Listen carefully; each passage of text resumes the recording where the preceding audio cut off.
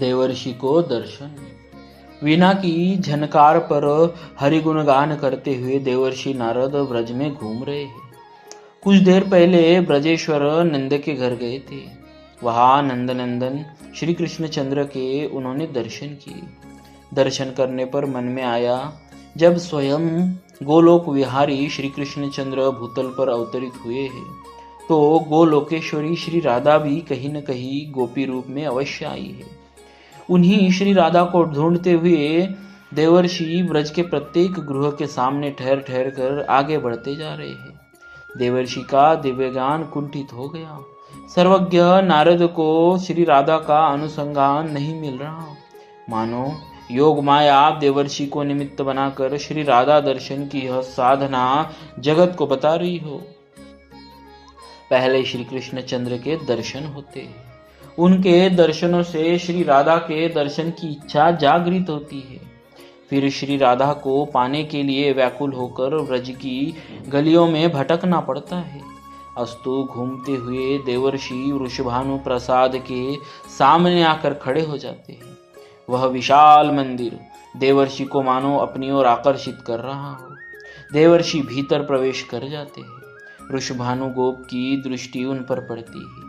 वे दौड़कर नारद जी के चरणों में लौट जाते हैं। विधिवत पाद्य अर्घ्य से पूजा करके देवर्षि को प्रसन्न अनुभव कर वृषभानु गोप अपने सुंदर पुत्र श्रीराम को गोद में उठा लाते हैं। लाकर मुनि के चरणों में डाल देते हैं। बालक का स्पर्श होते ही मुनि के नेत्रों में स्नेहाश्रु भराते हैं। उत्तरीय से अपनी आंखों पोंछ कर उसे उठाकर वे हृदय से लगा लेते हैं तथा गदगद कंठ से बालक का भविष्य बतलाते हैं। वृषभानु, सुनो, तुम्हारा यह पुत्र नंदनंदन का, बलराम का प्रिय सखा होगा, तो क्या रासेश्वरी श्री राधा भी यहाँ भी नहीं है? वृषभानु उन्हें तो लाया नहीं। यह सोचकर निराश से हुए देवर्षि चलने को उद्यत हुए। उसी समय वृषभानु ने कहा, भगवान, मेरी एक पुत्री है। सुंदर तो वह इतनी है मानो सौंदर्य की खानी। कोई देव पत्नी इस रूप में उतर आई हो। पर आश्चर्य है कि वह अपनी आंखें सदा निमीलित रखती है। हम लोगों की बातें भी उसके कानों में प्रवेश नहीं करती। उन्मादिनी सी दिखती है। इसीलिए हे भगवत्तम, श्री चरणों में मेरी यह प्रार्थना है कि एक बार अपनी सुप्रसन्न दृष्टि उस बालिका पर भी डालकर उसे प्रकृतिस्थ कर दे। आश्चर्य में भरे नारद वृषभानु के पीछे पीछे अंतपुर में चले जाते। जाकर देखा, स्वर्ण निर्मित सजीव सुंदरतम प्रियतमासी एक बालिका भूमि पर लौट रही है। देखते ही श्री नारद जी का धैर्य जाता रहा। अपने को वे किसी प्रकार भी संवरण न कर सके। वे दौड़े तथा बालिका को उठाकर अपने अंक में ले लिया। एक परमानंद सिंधु की लहरें देवर्षि को लपेट लेती है। उनके प्राणों में अनुभूतपूर्व एक अद्भुत प्रेम का संचार हो जाता है। वे बालिका को क्रोध में धारण किए मूर्छित हो जाते हैं। 2 घड़ी के लिए तो उनकी यह दशा है मानो उनका शरीर एक शिलाखंड हो गया। 2 घड़ी के पश्चात जाकर कई ब्रह्म ज्ञान होता है तथा बालिका का अप्रतिम सौंदर्य निहार कर विस्मय की सीमा नहीं रहती। वे मन ही मन सोचने लगते हैं, ओह, ऐसी सौंदर्य के दर्शन मुझे तो कभी नहीं हुई। मेरी अबाध गति है। सभी लोकों में स्वच्छंद विचरता हूँ। ब्रह्मलोक, रुद्रलोक, इंद्रलोक, इनमें कहीं भी इस शोभा सागर का एक बिंदु भी मैंने नहीं देखा। महामाया भगवती शैलेंद्र नंदिनी के दर्शन मैंने किए हैं। उनका सौंदर्य चराचर मोहन है, किंतु इतनी सुंदर तो वे भी नहीं। लक्ष्मी, सरस्वती, कांति, विद्या आदि सुंदरिया तो इस सौंदर्य पुंज की छाया भी नहीं छू पाती। विष्णु के हर विमोहन उस मोहिनी रूप को भी मैंने देखा है, पर इस अतुल रूप की तुलना में वह भी नहीं। बालिका को देखते ही श्री गोविंद चरणाम्बुज में मेरी जैसी प्रीति उमड़ी वैसी आज तक कभी नहीं हुई। बस बस यही श्री राधा है, निश्चय ही यही श्री रासेश्वरी है। देवर्षि का अंतर हृदय आलोकित हो उठा। वृषभानु, कुछ क्षण के लिए तुम बाहर चले जाओ, बालिका के संबंध में कुछ करना चाहता हूं। गदगद कंठ से देवर्षि ने धीरे से कहा। रसलमती वृषभानु देवर्षि को प्रणाम कर बाहर चले आए। एकांत पाकर नारद ने श्री राधा का स्तवन आरंभ किया।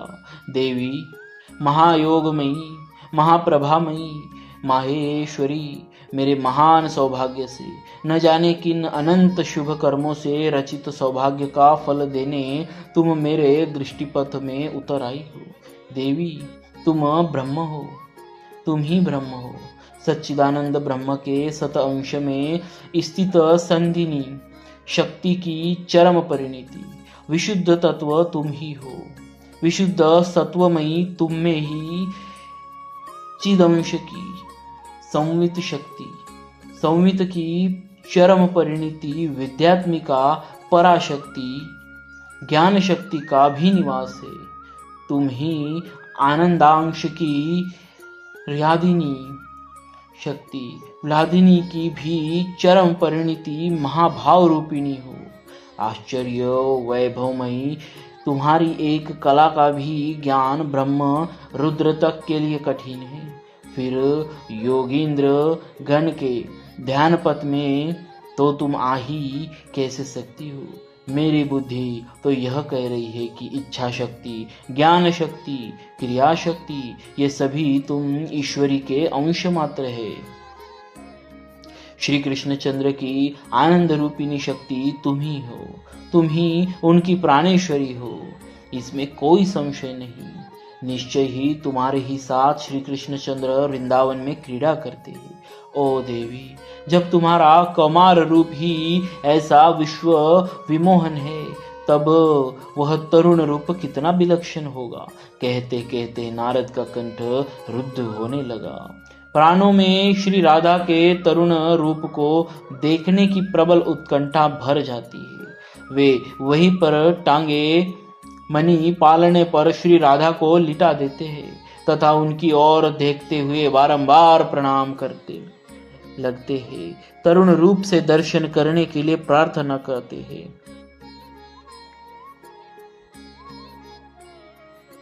तरुण रूप से दर्शन देने के लिए प्रार्थना करते रहते हैं।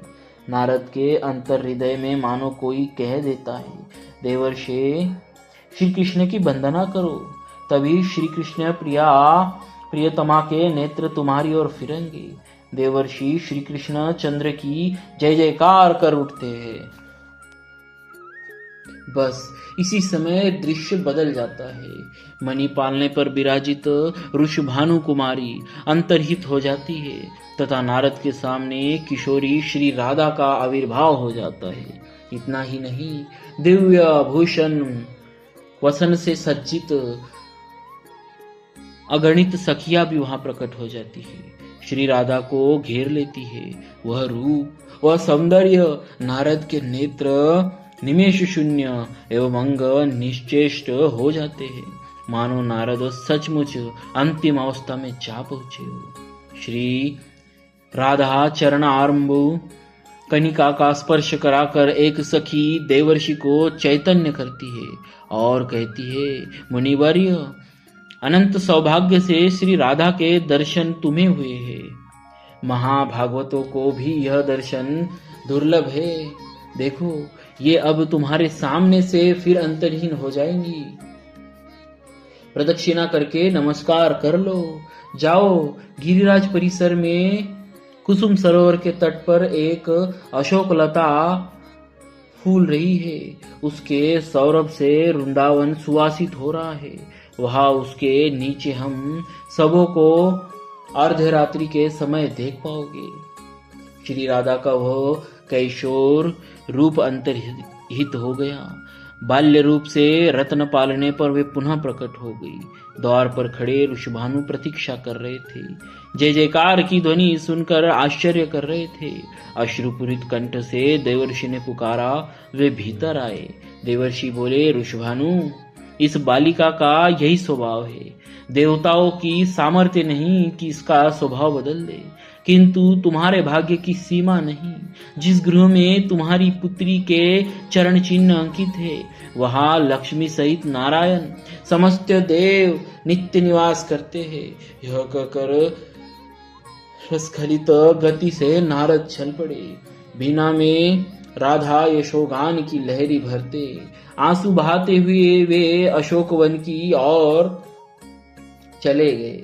उसी दिन कीर्तिदार रानी की गोद में पुत्री को देखकर प्रेम विवश हुए ऋषभानु लाड लड़ाने लगे। नारद के गान का इतना सा अंश ऋषभानु के कान में प्रवेश कर गया। जय श्री कृष्ण मनोहारी हरिण, जय श्री कृष्ण मनोहारिण। जानकर नहीं, लाड लड़ाते समय यो ही उनके मुंह से निकल गया, जय श्री कृष्ण मनोहारिण। बस भानु कुमारी श्री राधा आंखें खोल कर देखने लगी। ऋषभानु के हर्ष का पार नहीं। कीर्तिदा आनंद में निमग्न हो गई। उन्हें तो पुत्री के प्रकृतिस्थ करने का मंत्र प्राप्त हो गया। इससे पूर्व जब जब